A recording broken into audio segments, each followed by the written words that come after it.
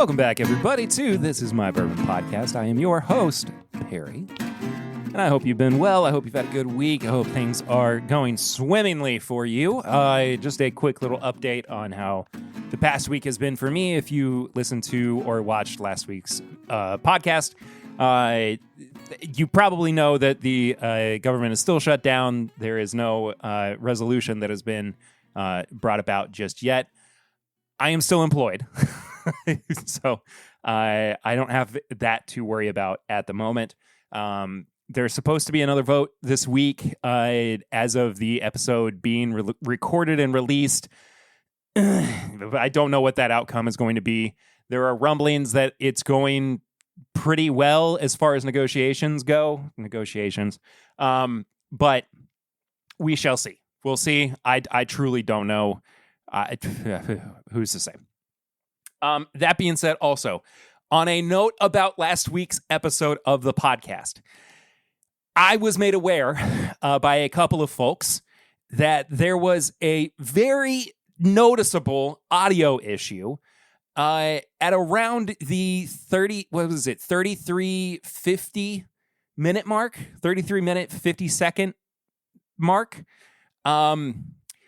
I fixed it for the audio version. I unfortunately was not able to fix it for the video version.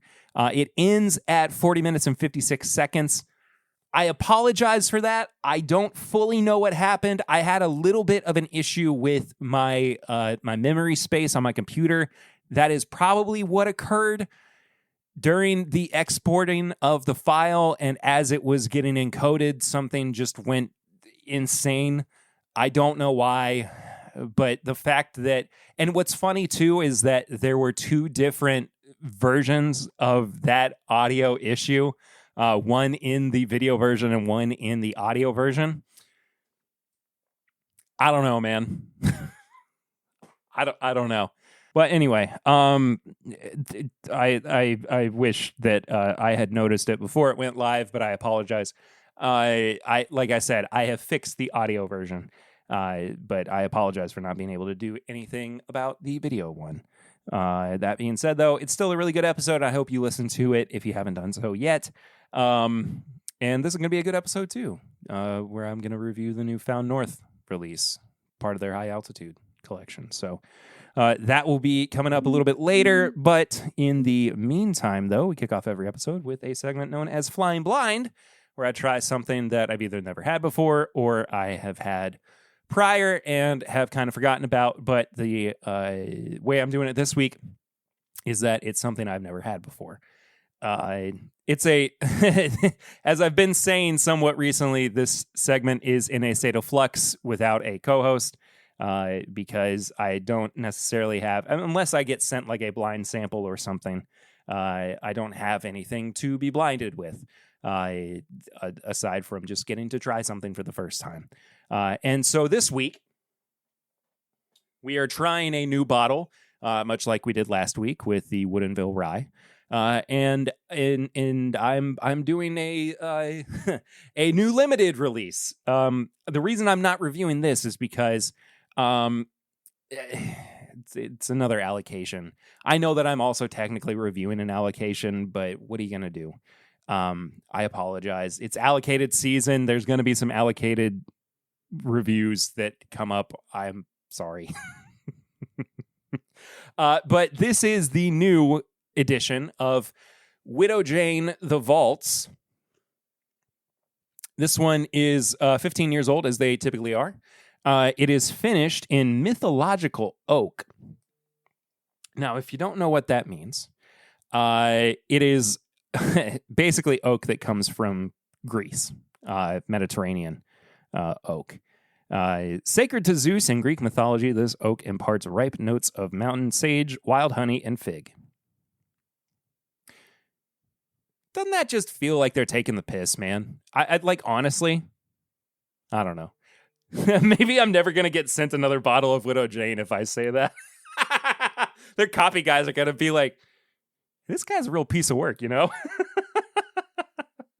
I know people that's happened to before, not necessarily with Widow Jane, but with other brands where they've been like, I don't know about this, and then like they just never get a bottle from them again. I'm sure that there is some truth to the tasting notes here. This is not off to a great start because the foil is not coming off. Just a second.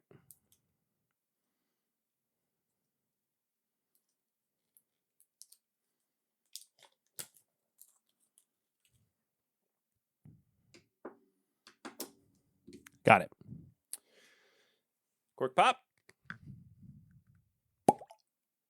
Pretty good cork pop. Oh, it's also 99 proof. I meant to say that, and I forgot to.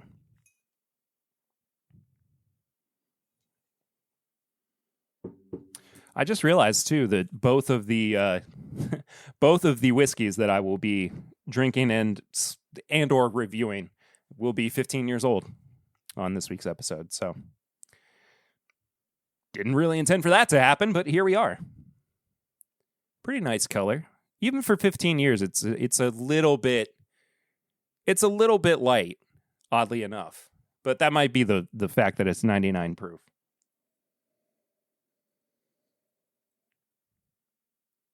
Yo, okay.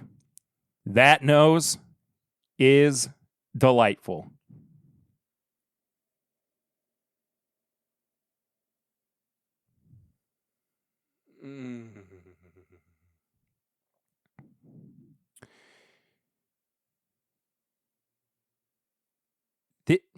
Hold on. Hold on.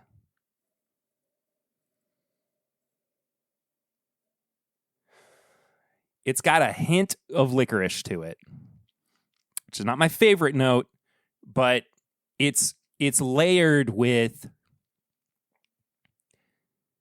like toasted graham cracker.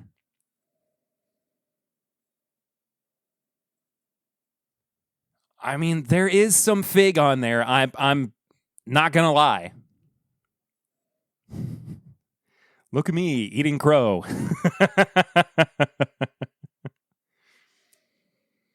Jarvis, make a picture of me eating crow.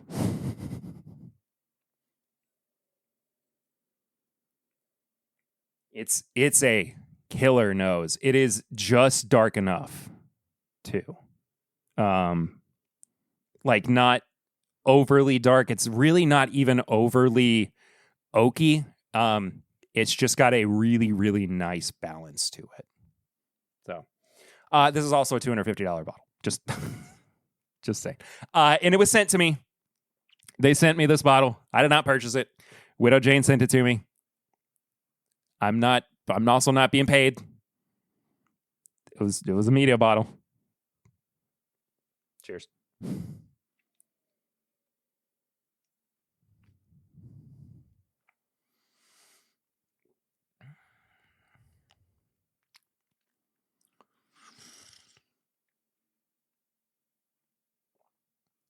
Oh.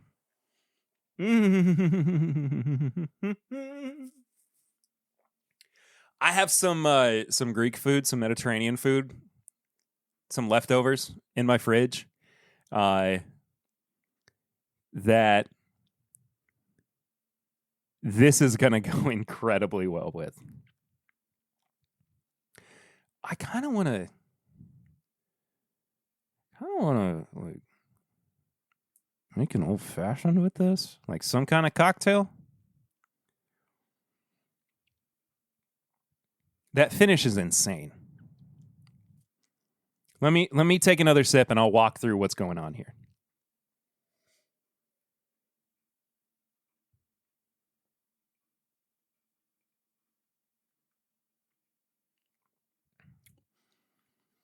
Up front,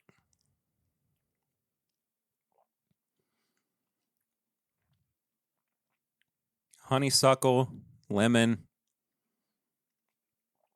the fig is present. Brown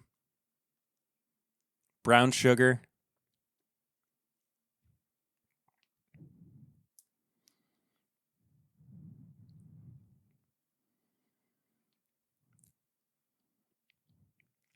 slight bit of like toasted oak. As it goes into the mid palate, it starts to get more and more of this like jammy flavor. Slightly more of a like light, maybe even like white chocolate too. And the finish is just the finish is really where most of the finishing is clear. Like the double oaking is clear. This is one of the most unique products, I have ever had. And one of the more fascinating bourbons that especially like gives me that feeling of I still feel like, and I keep harping on like, you know, I don't feel like bourbon is in its twilight yet. I think that there is still a phase that we haven't fully discovered, whether it is like to continue working through different types of finishes or different mash bills or different aging techniques or whatever. There's more to be done. And I feel like this is pretty evident that even if you take oak from around the world, you're going to get, I mean, this is nothing new. We know that French oak does different things. We know that Japanese oak does different things as a finishing product. But even if we took, because it doesn't have to be American oak, right? Am I crazy? Does bourbon have to be aged in American oak? Hello, Vine Pair. What do you have to say? TTB. Here. The TTB regulation defines bourbon as whiskey produced in the U.S. at not exceeding 80% alcohol by volume from a fermented mash of not less than 51% corn and stored at not more than 62.5% alcohol by volume in charred new oak containers. Now, I do think that this is slightly outdated because that's from September 7th, 2020. I do believe that they changed the verbiage to charred new oak barrels and not containers. But I don't think that they updated it to say only American oak barrels. If that still rings true, though, like they could still be that, you know, you can age it in, as Vine Pair says, French oak, Japanese oak, Brazilian oak, Hungarian oak. And now, I mean, whether or not there is any, you know, whether or not this is a cost-effective measure, but using mythological oak from Greece, that could be another avenue as well. Just that would be an interesting first trip to put bourbon in. You know, what I'm really trying to say is if that would be an aging technique, you know, I do think that is still the case, that it doesn't have to be American oak.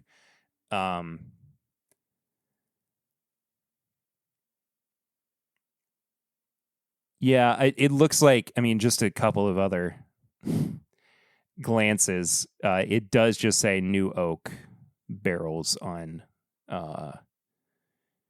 in other places. So just wanted to point that out. And just not even like a, you know, a particularly poignantly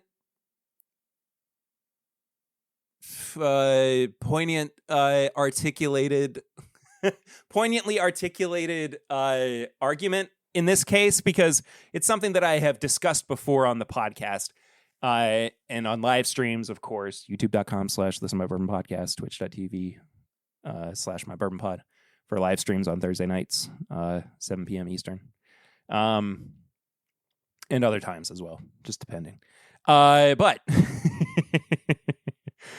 I just still feel like we're not in the end of this era for bourbon. I think that we still have more to do with it. There's more to be done. And I also think, to echo what some people have said before, as we see oak shortages happening, there might have to be a redefinition of what bourbon actually means in some capacities. Now, I mean, we've had to have definitions of things like American single malt, of course, but that's a technically infant product in American whiskey. So all that being said, though, we'll see what the future looks like. And this is really good bourbon. I don't know if it's $250 worth, but that's more of a subjective argument more than anything. The pricing side of things becomes way more heady these days, because what does anything mean anymore? You know what I mean? Probably not. What have I been drinking recently? Well, let me tell you. On my live stream this past week, I did a full lineup of the 4 most recent batches of Rare Character Limited Release bourbons, 8, 9, 10, and 11, and determined that of those 4, batch 8 was my favorite. And I have been enjoying that so much over the past few days, when I have the time to. As I've said on my Patreon releases this week, which, by the way, if you're not already on the Patreon, there's bonus content over there every week. It's patreon.com/my bourbon podcast. But I've been taking care of the girls on my own, while Lucy has been helping out and basically running my sister-in-law's bachelorette weekend, bachelorette party weekend, I guess. I don't know. So I haven't had a whole lot of time to engage with bourbon over the past few days. But when I have had the off chance to do so, it has been in the form of batch 8 of the Rare Character Limited release. I also grabbed a couple of 6-packs of beer. And I've had one of each since I got them on Thursday. One was the Sam Adams Oktoberfest, which I next week think we'll do, what did I call that? That segment I've done once and haven't done again yet. The Perfect Pair, in place of doing Flying Blind. I'll do that again next week and talk about what my perfect pair for Sam Adams Oktoberfest is. Because unfortunately, we're getting close to the end of Oktoberfest season.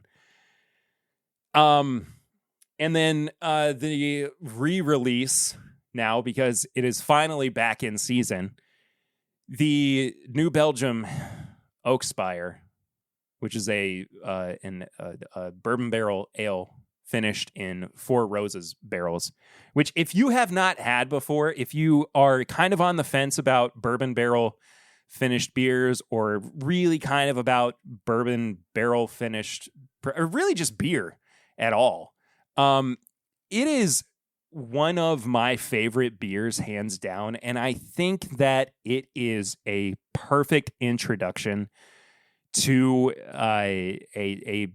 it's really good for bourbon lovers who don't necessarily like beer. It's not heavy. It is very bourbon influenced. And it only comes out once a year. And I look forward to it every single year. Eric and I reviewed it last year. I'm pretty sure. I think we did. I don't remember off the top of my head. Doesn't matter. But I'm even supposed to be getting some sent to me from the folks at New Belgium, who are absolutely fantastic. I love them to death. They've been great to the podcast every time that I've gotten the chance to work with them. I'd like to work with them again in the future if I get the chance to do so. That's my not so subtle way of saying hello, New Belgium. Please work with the show more. But I also feel like that could be a really good The Perfect Pair segment where I could just pair it with the best Four Roses product that I think you could easily get. So maybe next week we'll do a bourbon and beer pairing episode. That actually doesn't sound too terrible, to be honest. Maybe we'll do that. I'm percolating some ideas. We'll figure it out. We'll figure it out together. Either way. All right, folks. We got a review this week. This is the brand new release from Found North. It is part of their high altitude collection. It is Goldfinch First Flight. It is a 15-year-old whiskey. Let's take a look at some of the facts about it here. It is composed of 5 different whiskeys. A 15-year-old corn whiskey in New Wood, 22-year-old corn whiskey in New Wood, 20-year corn in ex-bourbon, 22 corn in ex-bourbon, and a 20-year rye in ex-bourbon. There are also some finishing casks in here. Sauternes, cognac, and air-dried New American Oak.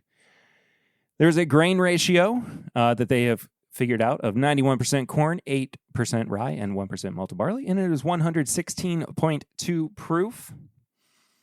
It is $160 per bottle, and the copy from Found North it says, with our high altitude collection whiskeys, we focus on matching the initial blend profile to the planned cask regimen. In the case of Goldfinch First Flight, our primary finishing cask was Sauternes. The core blend of Goldfinch provided a textural underpinning and a foundation of fruit notes that transformed with the Sauternes influence, blossoming into a rich, creamy mouthfeel with bright citrus and white fruits. Two-thirds of the core blend was finished in Sauternes casks. The remainder was evenly split between cognac casks and air-dried heavy toast. Char Level 1 New American Oak from Kelvin. The cognac casks complement the Sauternes by adding another layer of orchard fruit. The Kelvin barrels also complement the Sauternes by providing an additional layer of vanilla and caramel to thicken the textural profile of the whiskey. I know that I said Sauternes about 8 different ways throughout the time that I was reading that, but I'm not a native French speaker, nor did I take French in high school or college. I took Spanish, and I've forgotten, I would say, 90% of it. So, regardless, let's crack into this guy, see what's going on. This is also a media sample, too. I'm not, I don't have a full bottle at all. A little bit light in color. But it is Canadian whiskey, of course.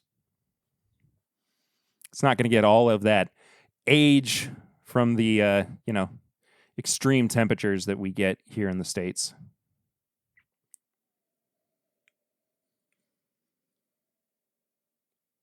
Sweet on the nose. Kind of like a forest sweetness, if that makes sense. Less like fruit or sugar, more like... There's a very funny video that I've been sent before that's like, there are 2 types of bourbon tasting notes. One is notes of like dried oak and fruit and spice or whatever, and the other one is standing in a meadow in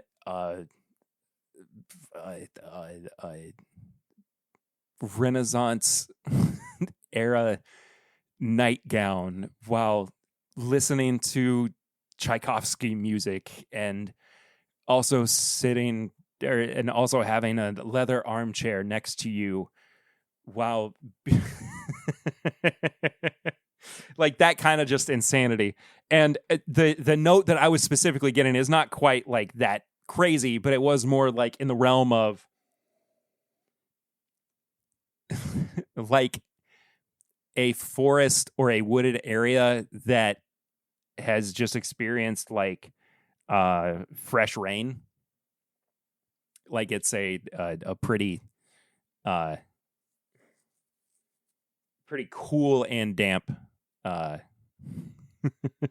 pretty cool and damp woods, I suppose. That kind of thing. Do you understand what I'm saying? I hope so. I'm sorry. I was I was lost in the metaphors for a bit.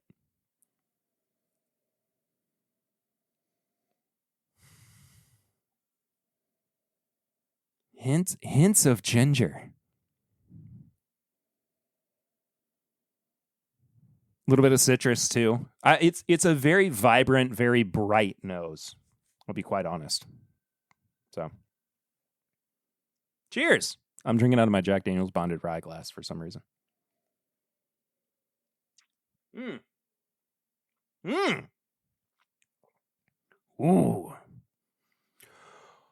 Ooh.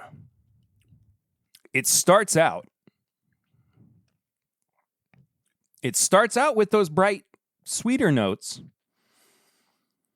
And it starts to go kind of like dark and a little meaty, which is why I was going, ooh. Kind of like dark fruit, but also in the realm of this kind of like robust, savory flavor. How interesting.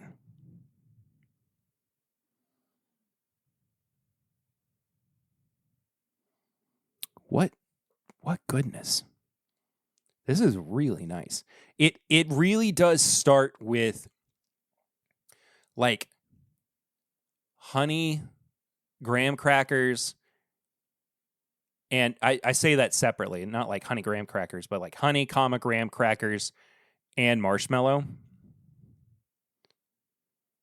Also, I'm watching past. I'm not staring at the camera, by the way, if you're watching the video version. There is a very tiny spider that is... Oh, it got scared, and it's climbing back up. Let me see if I can get it on my phone. It's going to be too... There's too much light.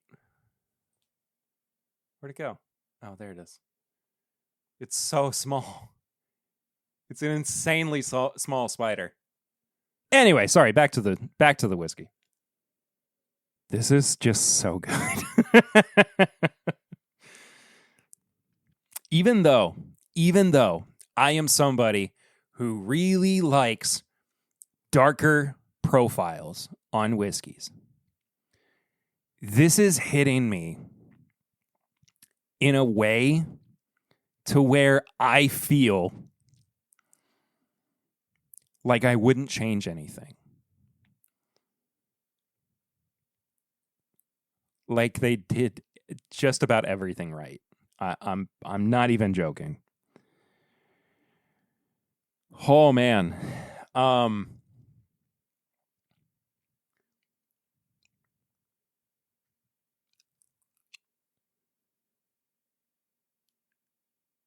It's sweet, it's savory, it is a little decadent at times.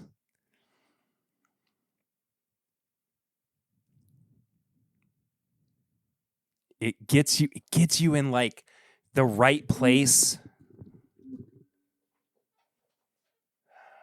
to where you could like pair this with desserts, you could pair this with a steak, you could pair this with, I don't know, Cheetos.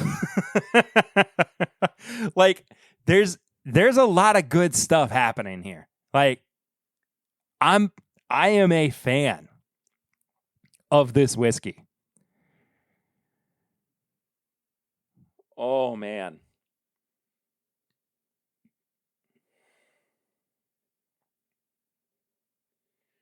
And it's been a minute since I've had anything that's made me like stop and go, oh, hold on a second. Hold on. Give me just a minute, all right?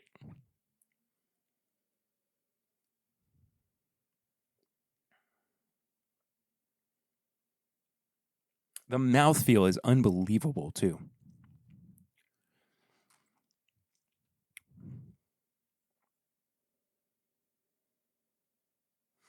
If I had one like slight, not even really complaint, just like, the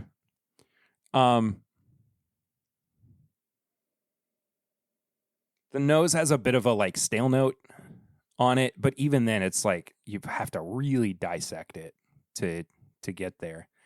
I mean, it's pretty impenetrable.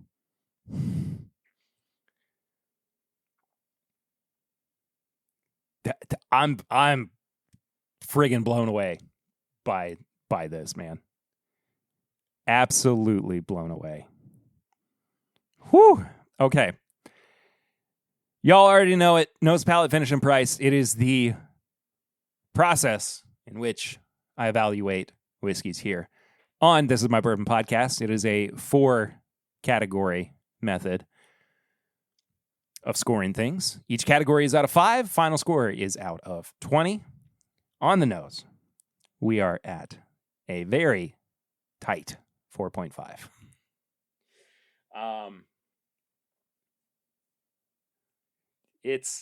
It's beautiful, man. It's like you're getting just this elegant bouquet of whiskey, and it's lovely. Palate's a 5. Palate's absolutely a 5. And the finish does nothing but make me want to go back for more. It starts to really lean into some of the darker notes on the profile without going too heavy-handed into them.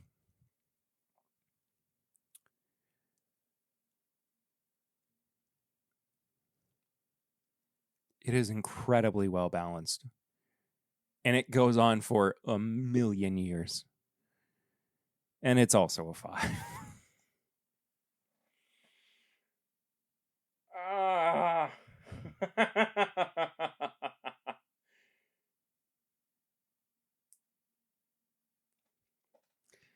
$160 can be a little expensive for this market, but it's pretty appropriately priced.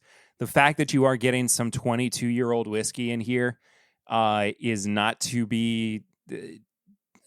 I don't think you should turn your nose up at that, especially considering how artfully blended this is into one of the better whiskeys that I have had this year. Quickly shooting its way into my top 10. I don't know exactly where yet, but Lord have mercy, this is wonderful. It's absolutely fantastic. I'm going to just go ahead and say if you see a bottle of this, I would recommend grabbing it if you can afford it. 4.5 on the price, which brings me up to a very solid 19 out of 20. This dang bottle. I wasn't ready. I wasn't ready for how much I was going to love this. And here I am, loving every second of it. And then some, because there's a finish as well. But we are now going to move into a segment of the show known as Barrel Rings, which you can participate in by calling and leaving a voicemail or texting the phone number 859-428-8253. Now, this is not my personal phone number, of course. This is a hotline that we have set up for the podcast many, many years ago, and has somehow been maintained for a very, very long time. How long have I had this? 2019? I've had this since 2019. What is this? Hold on. Before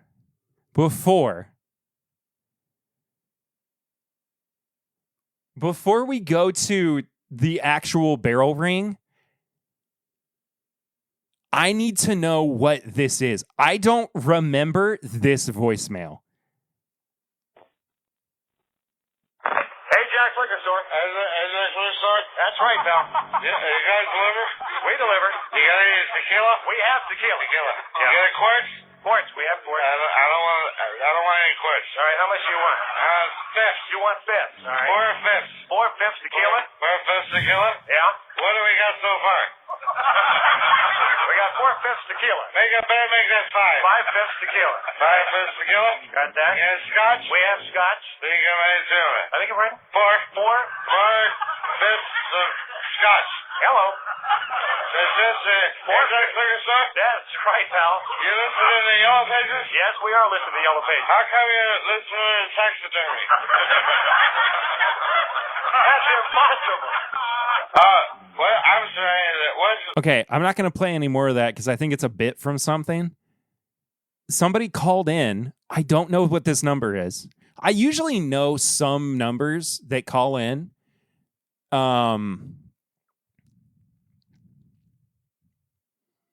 Somebody called in and just recorded like a bit, and I don't remember that at all. Oh, here it is. This is my favorite barrel rings of all time. This is from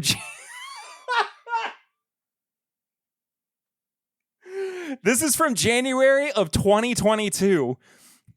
And I think the barrel rings number was being spoofed by spam callers. This is an 9-second long voicemail. I love this so much. All right, here we go. This is Charlie Brown. Why did you call here?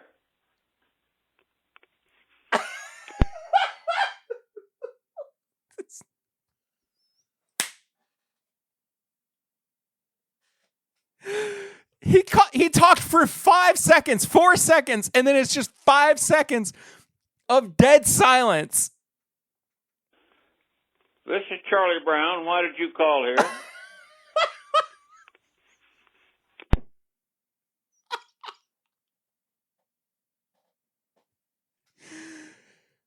Oh, man. Oh, that is the funniest one we have ever gotten on the show. Oh, I love going back to that every now and then. It always cracks me up. All right, here's the actual barrel ring from this week. It's from Mike Schneider. Hey, Perry, it's Michael Schneider. Thought I'd take a page out of Chad Watson's book and call you while I was driving home in our first substantial rainstorm of the year here in Northern California, which made me think, now that we're getting you back there, especially be pulling your mittens and toques out from under the bed, out of storage, what other whiskeys might you be bringing out of storage to warm you on the ever-cooling winter nights? Look forward to your response. That is all. Have a lovely day. He ended with such like vitriol in his voice. Well, Michael Schneider, thank you so much for calling in.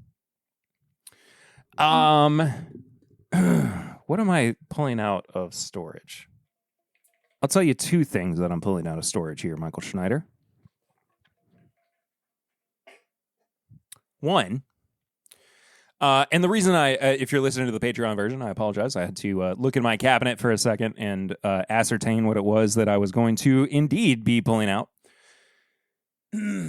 One is going to be a series of Elijah Craig barrel proofs that I haven't had in a while that have just been sitting in my cabinet.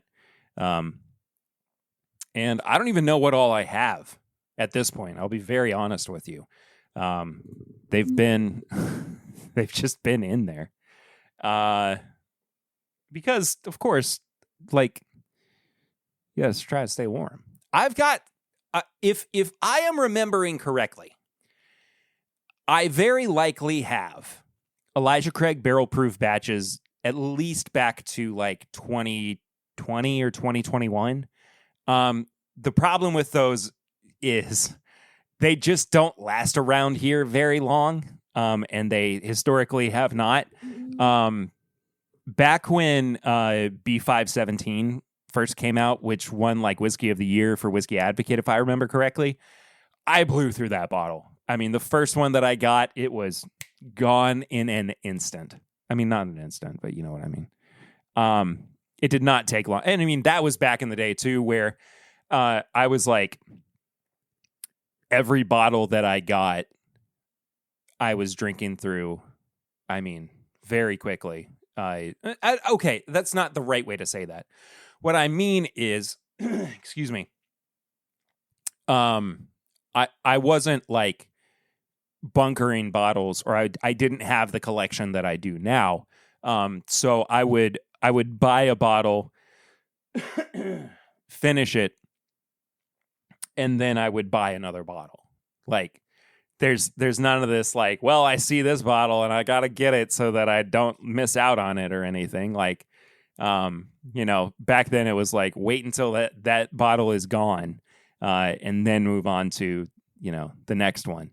And if it was a barrel-proof bottle, it was a barrel-proof bottle. You had to drink it neat or in a cocktail or on the rocks or whatever.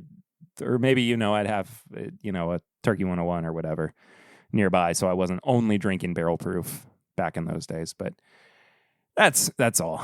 That's all.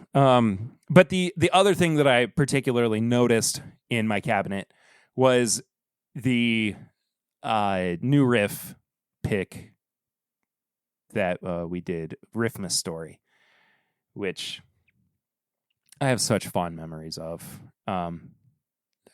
Very first barrel pick we ever did for the podcast, back in 2020. It was the first. This was I did that pick right after Eden, my oldest daughter, was born.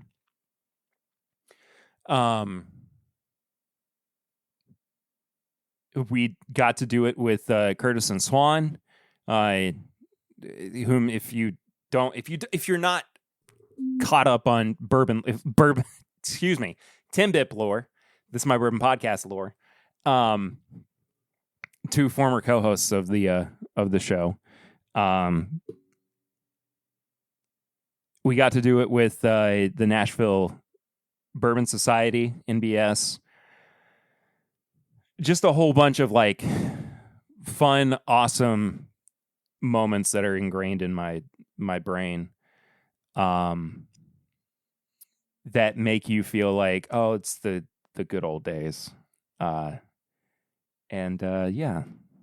love thinking about that bottle, and I try to break it out around Christmas time because it's special to me. So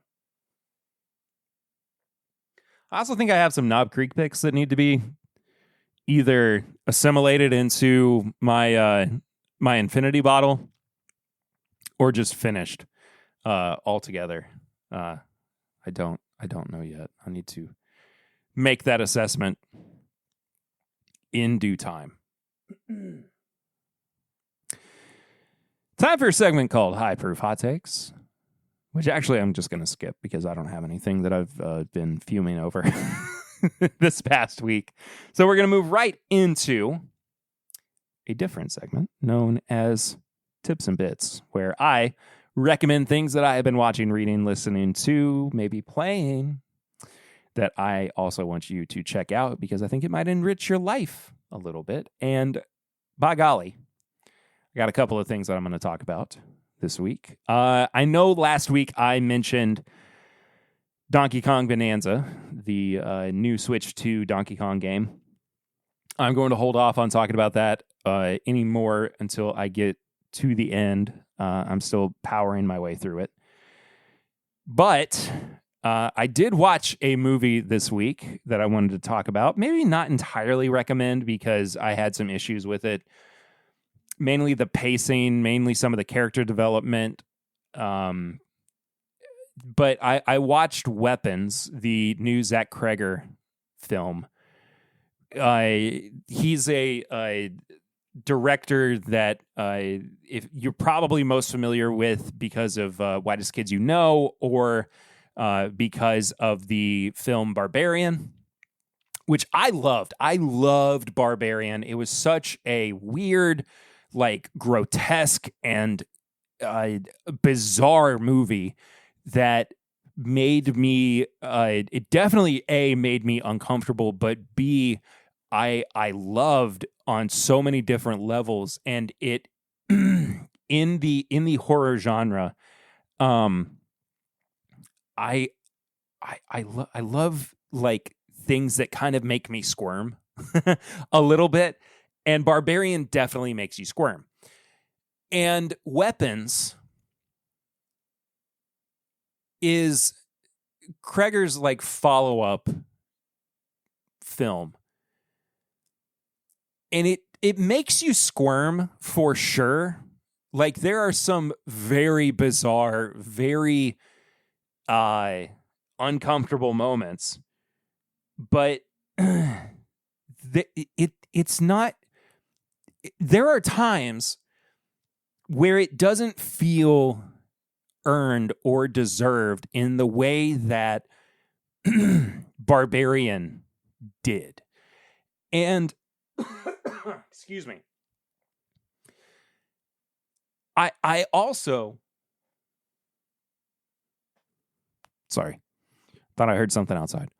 I also had this like feeling of, and like I said, like the pacing of it is so weird because it's segmented into, and I don't think this is a spoiler, but if you don't want any spoilers at all for this movie and you haven't seen it yet, I'm way behind on it. Like this is a movie that came out like a month or so ago, and I just haven't had a chance to see it yet. So go ahead and skip ahead a little bit. I'm going to recommend something else in a moment. But it's segmented into different, like, almost character arcs that heavily focus on different people within the narrative of the story, while it still kind of has like overlapping narratives as well that eventually, come to a head at the climax. And it works in some ways. It really doesn't work in others because it feels like there are a bunch of hard cuts that interrupt you from feeling, and like there is genuinely like a feeling of, oh, he's trying to be unique and somewhat innovative in his storytelling, even though like vignettes are not something that are unheard of with storytelling in movies. But all of that being said, within the context of this film, it almost doesn't work, and it would feel more natural if these stories were told in a more linear fashion, because we are doing a lot of like, well, here's this story and we're done with that, and as we move into the next one, it's like, well, here's what was happening while that story was going on, and then here's another hard cut, and then it just kind of is like that same repetition. It goes on like 4 or 5 different times, and there is some gorgeous camera work. I think that it overall is very beautifully shot. The scene, the set dressing is really nice. It just is like, by the time it gets to the end of it, and you've probably seen Gladys, who is the main like antagonist of the film. By the time it gets to the end of the movie, you kind of are left feeling like, well, was she really like, was there enough buildup for her being the villain? And did we spend enough time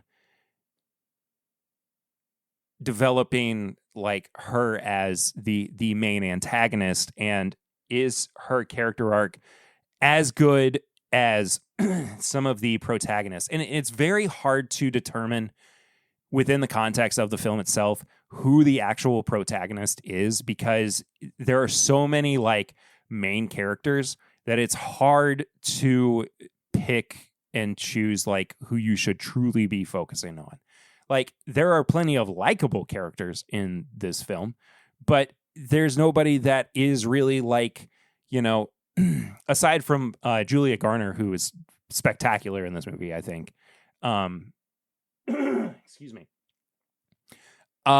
It's just not like, there are parts of it where I'm just like left going, okay, this could have been a TV show. This could have been, you know, maybe even like 30 minutes longer in some cases, even though it is over 2 hours long. To me, it's like, you know, I don't necessarily want longer movies if the movie is going to suffer, but if it's going to help the storytelling, I think it is going to, you know, I'm going to benefit from it. The audience is going to benefit from it. I would recommend it more highly if it is a longer movie and it has better storytelling. All that being said, I mean, like it's probably like a 2 out of 5, 2.5 out of 5, maybe.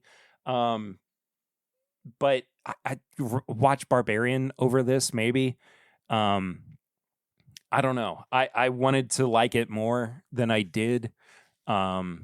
It's fine. It unfortunately is my kind of takeaway from it. But yeah, Weapons, a movie. The other thing I'm going to recommend is a channel that I just found today, literally on YouTube before I started recording, and I watched one video, and I walked away from it going, I needed this, and as he puts it in his description, a feel-good variety show about food, travel, and the questions you didn't know you had. And the guy's name is Sam Reed, R-E-I-D. But the show itself is called The Studio Review, R-E-V-U-E, hosted by Sam Reed. And the video that I watched specifically was, I found one of the last KFC buffets in America. And it's not even like a critical like take on American economics or our society or anything. It's literally just him like going to one of the last KFC buffets in America with his buddy and trying it and seeing what he liked about it and trying food that is not even on really like the KFC menu. Like, it was just a fun like 17-minute watch. And he's got a whole bunch of videos. Like, he's got 200 videos, and he lives in Virginia. I kind of want to see if he'll be on the podcast just for the heck of it. Like, I don't really have a reason not to reach out to him, I suppose. But his tagline at the end of each of his videos and at the end of his description on YouTube is, and just remember that even when it doesn't feel like it, it's going to be okay. How many of us need to hear that on a more regular basis? Like, I know that sounds so like coworker brained, but man, I just feel like sometimes we get so heady with the things that we read and we listen to, where it's pie in the sky, big thoughts, big feelings, and way too overblown. But it's just nice to have things kind of boiled down every now and then and just have somebody say, it's going to be all right, man. Like, I love that. I love it. And I'm going to be watching more and more of the Studio Review, and I hope you do too. And I kind of hope to have Sam on the podcast. Like, I genuinely do. I hope this reaches him somehow. If you if you know him or you've watched his content before, let him know that he's got a new fan. And I hope that we can collaborate in some way. But that is all I got for you this week. Thank you so much for listening. As always, if you like what I'm doing here and you want to support the show, you can head to patreon.com/mybourbonpodcast for as little as $1 a month. For as little as $5 a month, though, you get bonus content every single week. On Mondays, there is a bonus episode. On Tuesdays, there is the pregame chats and early access to the podcast that is uncut and unedited with bonus content just for Patreon subscribers. Patreon, stick around for a little bit. I got some extra for you. You also, at any tier, get access to our Discord as well, where we're in there, we're hanging out, we're having a good time, we're chatting about things that we don't even really normally chat about on the podcast. It's just, having fun together.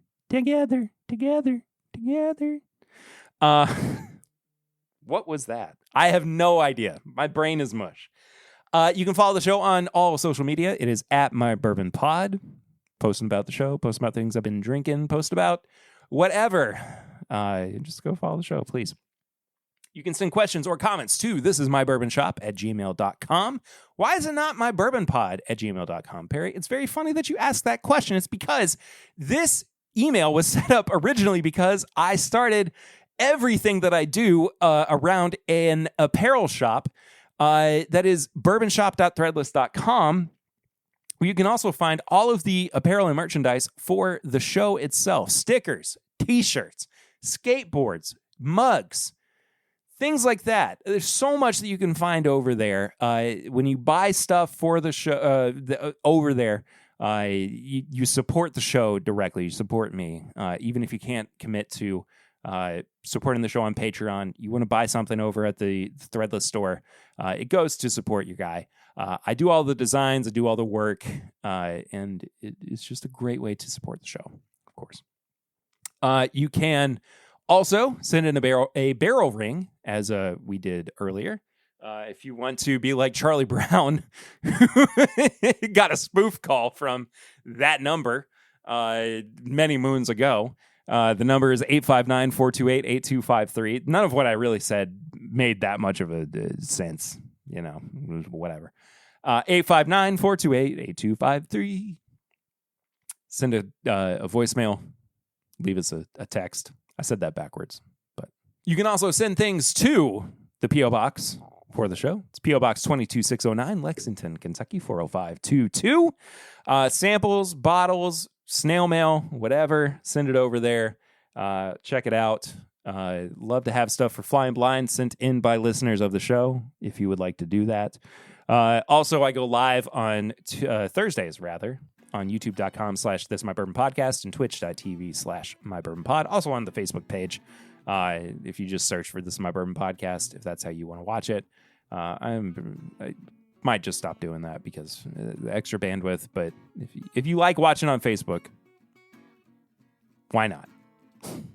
I don't care. And also leave us a 5-star rating and review on your favorite podcast app of choice. I primarily check the one with Apple Podcasts. And still waiting on Frankie-N and JC Shaw 47 to get in contact with me so I can get their samples out to them, because they left a 5-star rating and review when I asked for new 5-star ratings and reviews to be sent to that app, and have not heard from them. Haven't heard from him. At My Bourbon Pod, thisismybourbonshop@gmail.com, whatever's the most convenient for you. It's very easy. Very convenient. You got samples waiting for you guys. Just let me know, please. It's been going on for over a month now. I don't know what else to do. I don't know what your I don't know what your ads are. That does it, though. Please come back next week, where I think I'm going to be doing the bourbon and beer pairings. I think that's what's going to happen this time around. I love you all so much. Thank you for continuing to support the show. It means the world to me. That's all I got. See you next time. Until then, though, I'm Perry. This is my Bourbon Podcast.